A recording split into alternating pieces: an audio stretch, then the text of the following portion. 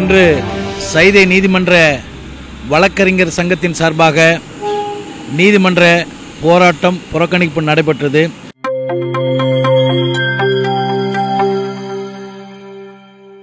ஓசூரில் படுகொலை செய்யப்பட்ட கண்ணன் அவர்களின் படுகொலையை கண்டித்தும் மற்றும் வழக்கறிஞர் பாதுகாப்பு சட்டத்தை இயற்றக் கோரியும் இன்று சைதை நீதிமன்றத்தின் சார்பாக ஆர்ப்பாட்டம், மறியல் போராட்டம் மற்றும் நீதிமன்ற புறக்கணிப்பு நடைபெற்று வருகிறது. நாளையும் இது தொடரும். ஏனெனில் 6 மாதங்களுக்குள்ளாக 11க்கும் மேற்பட்ட வழக்கறிஞர்கள் சமூக விரோதிகளால் படுகொலை செய்யப்பட்டுள்ளார்கள்.